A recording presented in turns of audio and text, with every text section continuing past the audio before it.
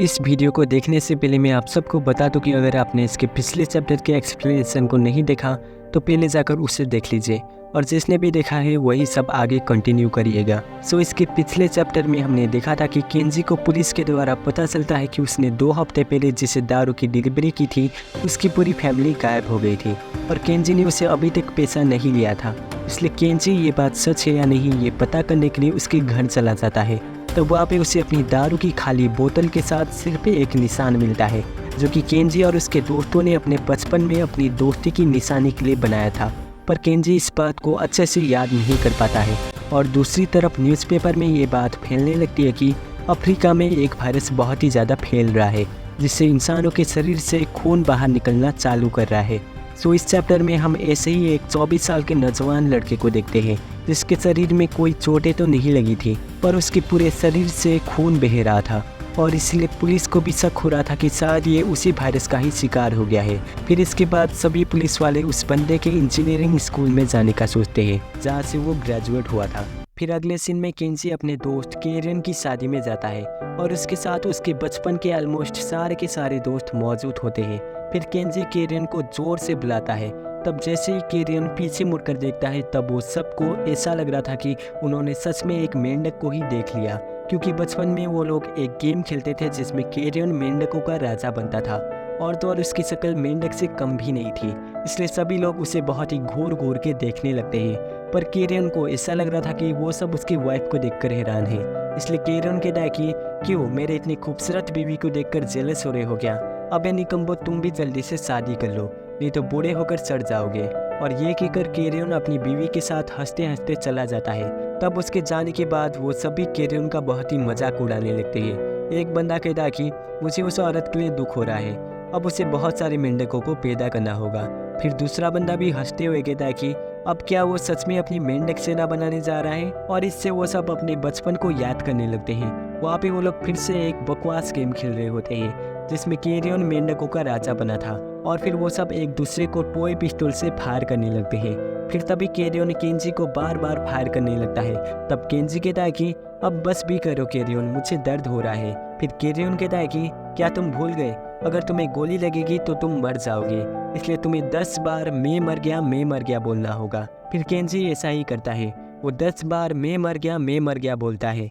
फिर वो कहता है कि मैं वापस से जिंदा हो गया, अब हम निंजा स्क्वाड इस दुनिया को बुराई से बचा कर ही रहेंगे। फिर इसके बाद सीन प्रेजेंट का होता है और यहाँ पे केंजी कुछ लिख रहा होता है। फिर दूसरा बंदा कहता है कि ये क्या केंजी, मुझे पता है कि खाना उतना अच्छा नहीं है पर शादी के खाने को तो खाना ही चाहिए। फिर केंजी कहता है कि वो अपने सभी दोस्तों को रिप्रेजेंट करने के लिए एक स्पीच तैयार कर रहा है। फिर किन कहता है कि तुम ये कर सकते हो केंजी। फिर केंजी कहता है कि ये कहना आसान है पर करना बहुत ही मुश्किल। वो हाँ, वैसे क्या तुम लोगों को इस सिंबल के बारे में याद है? ये बहुत ही पुरानी बात है। फिर तभी वहाँ पे एक बूढ़ी औरत आके केंजी को बुलाती है। वो इस बूढ़ी औरत का नाम था ओकीकू और ये लगभग 50 सालों से लोगों की शादी के लिए सेटिंग कर रही है। और यहाँ पे वो केंजी से इसी सिलसिले में बात करने आई थी, इसलिए वो केंजी को समझाने लगती है कि तुम्हारी उम्र हो गई है, इसलिए तुम्हें जल्दी से शादी कर लेनी चाहिए। ये देखो, क्या तुम्हें ये लड़की पसंद है? फिर केंजी कहता है कि क्या सच में मैं इससे शादी कर सकता हूँ? फिर ओकीकू कहते हैं कि पर तुम्हें अपने बहन के बच्चे का कुछ करना होगा, उसकी वजह से मैं तुम्हारी सेटिंग नहीं कर पाऊंगी। फिर केंजी कहता है कि मैं ये कभी भी नहीं करूंगा, जब तक मेरी बहन वापस नहीं आ जाती तब तक मैं कुछ भी करके काना का ख्याल रखूंगा।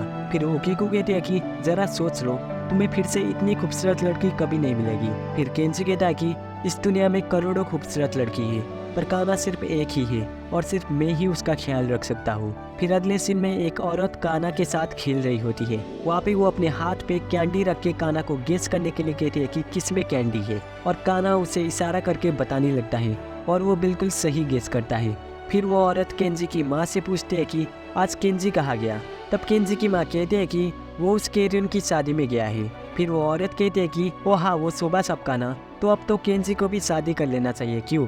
फिर केंजी की माँ कहती है कि मुझे इससे कोई फर्क नहीं पड़ता, क्योंकि आखिर में केंजी एक ना एक दिन मुझे छोड़ के जाने ही वाला है। और फिर वहाँ पे काना ने पूरे 10 में से 10 कैंडी को सही गेस कर लिया था, इसलिए वो दोनों थोड़े हैरान होते हैं क्योंकि इतने कम उम्र में काना बहुत ही समझदार था।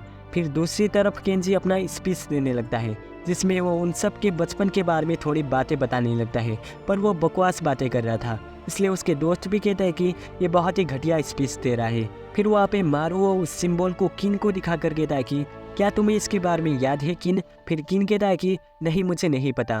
तब मारुओ सोचने लगता है कि मैंने इसे कहीं पे तो देखा है, पर मुझे याद नहीं आ रहा है कि मैंने इसे कहाँ पे दिखा है। फिर सीन शिफ्ट होता है फ्रेंड की तरफ, और यहाँ पे फ्रेंड एक आदमी से कहता है कि तुम मर चुके हो। तब वो आदमी कहता है कि ये तुम क्या कह रहे हो फ्रेंड? फिर फ्रेंड कहता है कि अपना आँख बंद करो और 10 बार मैं मर गया बोलो। फिर वो आदमी फ्रेंड की बात मानने लगता है। फिर इसके बाद फ्रेंड उससे पूछता है कि तो बताओ अब तुम्हें क्या दिखाई दे रहा है?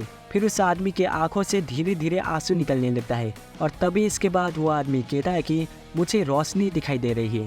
फिर इसके बाद अगले सीन में दो पुलिस वाले एक दूसरे के केस के बारे में बातें करने लगते हैं। यामा कहता है कि चोसान, तुम उस गुम हुए प्रोफेसर के बारे में इन्वेस्टिगेट कर रहे हो है ना? फिर चो कहता है कि हाँ, उसका नाम सिकिशिमा है और वो ओचानोमिजू इंजीनियरिंग स्कूल का ही एक प्रोफेसर है। फिर यामा कहता है कि और मैं उस स्टूडेंट के केस में काम कर रहा हूँ जो कल यात्सुई में मर गया था। और मज़ेदार बात तो ये है कि वो भी ओचानोमिजू इंजीनियरिंग स्कूल में ही पढ़ता था, वो भी प्रोफेसर सिकिशिमा के साथ ही। फिर चो कहता है कि इसका मतलब पक्का इन दोनों केसेस में कुछ ना कुछ तो कनेक्शन ज़रूर है। फिर दूसरी तरफ केंजी कारो की गाने के लिए रेडी हो जाता है और उसके फ्रेंड्स भी उसके लिए चेयर अप कर रहे होते हैं। फिर केंजी मन में सोचने लगता है कि मैंने कसम खाई थी कि मैं कभी भी कारो के नहीं गाऊंगा, पर साथ मुझे ऐसे ही रहना चाहिए। अभी मेरी लाइफ बिल्कुल ठीक चल रही है। और इसके बाद वो अपना गाना गाना चालू कर देता है। सो ये एपिसोड यहीं पे ख़त्म हो जाता है। सो अब मिलते हैं अगली वीडियो में, तब तक ले बाय बाय।